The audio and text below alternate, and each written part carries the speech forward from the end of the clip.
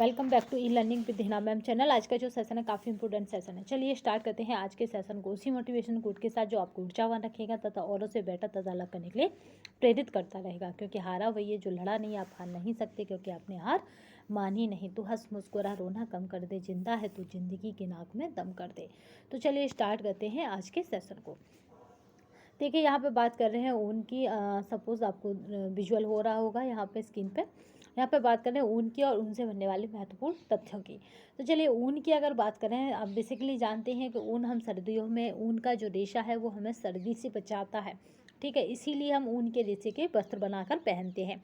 आपने देखा होगा घर में जो गृहिणी होती हैं पुराने ज़माने में, वो हाथ की सलाइयों पे यानी हाथ से बनाए हुए वस्त्रों को पहनाती थी अपने बच्चों को। तो चलिए समय की व्यस्तता के कारण आज हम वस्त्र बाजार में बनाए हुए यानी मशीनों के द्वारा बनाए हुए पहनते हैं। चलिए यहाँ पर क्वेश्चन देख लेते हैं। ऊन की दूसरी परत को क्या बोलते हैं? तो याद रखिएगा कॉर्टेक्स कहलाती है। यह प्राकृतिक जगत के प्राणिज समूह से प्राप्त होने वाला प्रोटीन युक्त रेशा होता है। इसे प्राणिज जगत से प्राप्त होता है, याद रखिएगा प्राकृतिक जगत के प्राणिज समूह से प्राप्त होने वाला प्रोटीन युक्त रेशा है। इसमें कैरोटीन नाम का प्रोटीन होता है। ये क्या होता है इसमें? तो याद रखेंगे ना, इसमें कैरोटीन नाम का प्रोटीन होता है। ठीक, कैरोटीन नाम का प्रोटीन होता है। और बात करते हैं यहाँ पे ऊन से वस्त्र बनाने का कार्य सर्वप्रथम इंग्लैंड में किया गया था। इसका रेशा टेढ़ा मेढ़ा, छोर पर नुकीला एवं बहुकोशिकीय होता है। ऊन की 3 परतें होती हैं। पहली परत को क्यूटिकल यानी बाहरी, और दूसरी परत को कार्टेक्स यानी मध्य परत, और तीसरी परत को मेडुला यानी आंतरिक होती है। अब बात करते हैं यहाँ पे कार्टेक्स में रण वर्णक यानी जो रंग होता है वो रंग वर्णक यानी मेलानिन उपस्थित होता है। इनमें रंग का निर्धारण होता है। मेलानिन के कारण ही क्या हो जाता है? तो याद बताएं कि इसी के कारण रंग का क्या हो जाता है? निर्धारण हो जाता है। ठीक है, रंग का क्या हो जाता है? तो निर्धारण हो जाता है। चलिए नेक्स्ट देखते हैं। चलिए इसी के कारण क्या होता है? रंग का निर्धारण हो जाता है। नेक्स्ट देखते हैं यहाँ पे मेलानिन। इसके बाद क्या है? तो यहाँ पे अगर बात की जाए कि ये इसमें क्या होता है, तो ऊन के ताने को साफ करने के लिए मार्जिन का इस्तेमाल किया जाता है। देखिए ये पीडीएफ काफ़ी आपको व्हाट्सएप और टेलीग्राम दोनों पे अवेलेबल हो जाएगी। और अगर यहाँ पे आपको फ़ॉन्ट साइज नहीं नज़र आ रहा हो तो इसे बड़ा करके इस तरह से आप देख सकते हैं। ठीक है, तो ये पीडीएफ आपको हमारे टेलीग्राम तथा व्हाट्सएप पर अवेलेबल है। और टेलीग्राम तथा व्हाट्सएप की जो लिंक है वो डिस्क्रिप्शन बॉक्स में मिल जाएगी। तो ऊन के तानों के साफ करने के लिए क्या मार्जिन का इस्तेमाल किया जाता है। ऊन में कैरोटीन प्रोटीन पाया जाता है। याद रखिएगा रेशम में और ऊन में कैरोटीन नाम का प्रोटीन पाया जाता है। ऊन में गंधक होता है, गीला होने पर उसकी मजबूती क्या हो जाती है? मजबूती कम हो जाती है। ऊन के धागों की मोटाई एवं बारीकी को काउंट्स कहा जाता है। बहुत बार पूछा जा चुका है परीक्षा में कि ऊन के धागों की मोटाई एवं बारीकी को क्या कहा जाता है? इसको काउंट्स कहा जाता है। मेरिनो ऊन प्रथम श्रेणी के अंतर्गत आती है। सबसे अच्छी जो ऊन होती है या उन्हें जिसको फर्स्ट ग्रेड मिलता है वो कौन होती है? मेरिनो होती है, जो प्रथम स्थान पाती है। इसे बोलनी ऊन भी कहते हैं। ये मेरिनो जाति की भेड़ों से क्या होती है?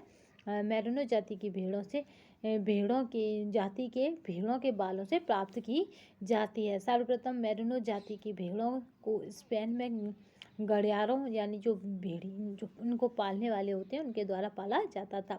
इसके बालों से बनी ऊन वस्त्र उत्कृष्ट कोटि के एवं सर्वश्रेष्ठ होते थे। स्पेन के बने मेरिनो ऊन वस्त्र अपनी उत्कृष्टता, उत्तमता, कोमलता एवं बारीकी के लिए विश्व भर में प्रसिद्ध थे। चलिए नेक्स्ट देखते हैं।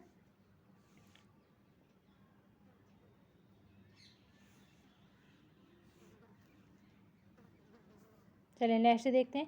छटाई एवं स्तर निर्धारण के पश्चात ऊन की सफाई एवं धुलाई एवं घिसाई की जाती है। ऊनी रेशों में पसीना, चिकनाई, धूलकण एवं अन्य गंदगी उपस्थित होती है जिनके साफ करना आवश्यक होता है।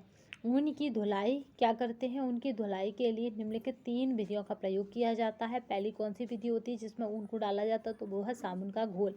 यानी साबुन का घोल इस तरह समझिए जैसे आप सर्फ में क्या करते हैं? कपड़ों को डिप करते हैं, डुबाते हैं, उसी तरह साबुन के घोल में इसको डुबाया जाता है। दूसरा वाष्पित घोल, जिस तरह यहाँ पे क्या था? वाष्प के द्वारा इनको साफ किया जाता। और एक है कार्बोनाइजिंग, इसमें क्या है, ड्राइक्लिंग जिसका सिस्टम की तरह इन्हें साफ़ किया जाता है। ठीक है, याद रखिएगा। बस ये पूछा जाता है कि कितनी अवधियाँ होती हैं, तो 3 होती हैं। कौन कौन सी? साबुन का घोल, वाष्पित घोल, और यहाँ पे है कार्बोनाइजिंग। नेक्स्ट देखते हैं, यहाँ पे अल्पाका रेशे की उत्पत्ति भेड़ के बालों से होती है। अल्पाका जो अल्पाका है वो मुख्यतः पेरू प्रदेश में पाई जाती है। जानवर लामा के, जो लामा होता है आपने देखा होगा, उसके इस तरह से बाल होते हैं, काफ़ी बड़े बड़े। ठीक है, देखने में बैल जैसा दिखता है, लामा के समान दिखाई पड़ता है, परंतु ये लामा से थोड़ा छोटा होता है। इसके बाल लंबे, कोमल, घने होते हैं। इसके बालों की क्या होती है, लंबाई कितनी होती है, एक बार पूछा जा चुका है, तो याद रखिएगा 10 से 12 इंच तक होती है। ये PDF आपको मेरे टेलीग्राम तथा व्हाट्सएप दोनों पे अवेलेबल होगी। दोनों की लिंक डिस्क्रिप्शन बॉक्स में होगी। जिन स्टूडेंटों ने 100 रुपये PDF के लिए जमा किए थे, उनके ग्रुप में ये भेज दी जाएगी। इनसे रोएदार वस्त्र व यहाँ पे कोट बनाए जाते हैं, यानी जिन पे रोए उठे होते हैं ऐसे वस्त्र जो काफ़ी भड़कते हैं, याद रखिए, गर्माहट देते हैं, प्लस कोट बनाए जाते हैं लामा के बालों से। नेक्स्ट देखते हैं, मेडुला की उपस्थिति ऊनी रेशों की विशेषता है। ऊनी रेशों का अंतः परत मेडुला कहलाता है, यानी जो ऊनी रेशे हैं उनका जो आंतरिक भाग है वो क्या है, मेडुला कहलाता है। ये गोलाकार होता है। इसके मध्य में एक खोखली नलिका होती है, परंतु सभी ऊनी रेशों में यह आवश्यक रूप से नहीं पाया जाता है। मेडुला जो भाग है वो सभी ऊनी रेशों में नहीं पाया जाता। और यहाँ पे उत्तम श्रेणी के रेशों में यह अत्यंत कम विकसित अथवा अनुपस्थित रहता है। निम्न श्रेणी के मोटे रेशों में यह परत सबसे ज़्यादा विकसित होती है। मेडुला क्या आंतरिक भाग है, तो जब प्रतिशत पतला होगा तो उसका आंतरिक भाग बनेगा ही नहीं, इसमें ये बात कही जा रही है। तो याद रखिएगा, ये अत्यंत कम विकसित होता है किसमें, तो याद रखेंगे उत्तम कोटि के रेशों में। अब यहाँ पे बात करते हैं, यह परत नमी सोखने एवं ऊनी रेशा की रंगाई में सहायता प्रदान करता है। नेक्स्ट देखते हैं, आर्द्र ताप एवं दबाव में ऊनी तंतु सिकुड़ जाते हैं और आपस में जुड़ जाते हैं। इस फिल्टिंग कहा जाता है। इनके नन्हे नन्हे रेशों को आपस में उलझाकर, जोड़कर, ताप से प्रभावित करके तथा यहाँ पे दबाव डालकर जमा दिया जाता है, जिसे नमदा यानी यहाँ पे है फिल्टिंग कहते हैं। इस विधि द्वारा केवल ऊनी रेशों से ही कंबल, पट्टू, नमदा आदि बनाए जाते हैं। इस विधि द्वारा वस्त्र निर्माण कार्य सीमित है। कभी कभी अनानास के पत्ते से भी नमदा बनाया जाता है। इसे यहाँ पे इंटरलॉकिंग भी कहते हैं। जो अनानास के पत्तों से नमदा बनता है उसको कहा जाता है, तो इंटरलॉकिंग कहा जाता है। नेक्स्ट देखते हैं, तथा इससे वस्त्र बने वस्त्रों को फेल्ट वस्त्र कहा जाता है। बहुत पूछा जाता है, फेल्ट वस्त्र होते हैं, तो याद रखिएगा ऊनी वस्त्रों को फेल्ट वस्त्र कहा जाता है। तथा ये अनानास के पत्तों से प्राप्त एक रेशा होता है, इंटरलॉकिंग भी कहते हैं ना। तो आज की वीडियो में बस इतना ही। नहीं चलिए अभी है। नेक्स्ट देखते हैं, ऊन को प्राकृतिक तंतुओं में सबसे निर्मल रेशा माना जाता है। ऊन मूलतः रेशेदार, ऊन क्या होती है, रेशेदार प्रोटीन है जो विशेष प्रकार की त्वचा कोशिकाओं से निकलता है। पालतू भेड़, बकरी, याक आदि से प्राप्त किया जाता है। जिस तरह आपके शरीर में क्या होता है, बालों के रोए होते हैं, उसी तरह से जानवरों से भी ये प्राप्त किया जाता है। कपास के बाद यही सर्वाधिक क्या है, महत्वपूर्ण है। इसके रेशे ऊष्मा के कुचालक होते हैं, सुचालक नहीं है, याद रखिएगा, कुचालक होते हैं। ऊनी रेशा प्राकृतिक रेशा है, इसमें सबसे अधिक लचीलापन पाया जाता है। तभी तो ऊनी स्वेटरों को जो तार होता है, या कहेंगे जो आप रस्सी बांधते हैं जिस पर कपड़े लटकाए जाते हैं, उस पर लटकाने की मना होता है, क्योंकि ऊनी रेशा तनता है, और तनने से क्या होता है, स्वेटर की आकृति खराब हो जाती है।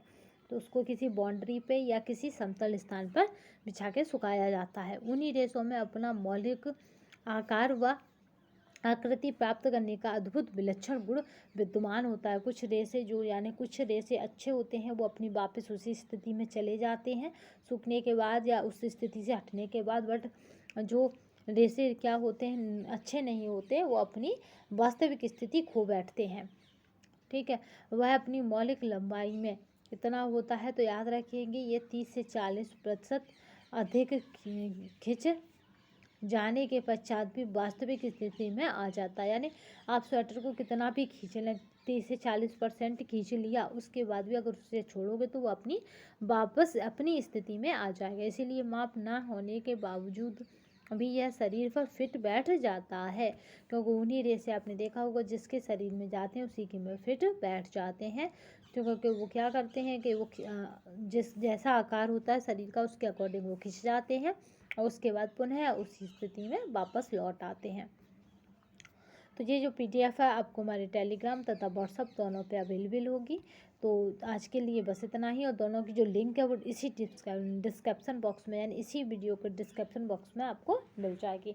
तो आज की वीडियो में बस इतना ही, नेक्स्ट सेशन में फिर मिलेंगे, तब तक के लिए धन्यवाद। वंदे मातरम, जय हिंद।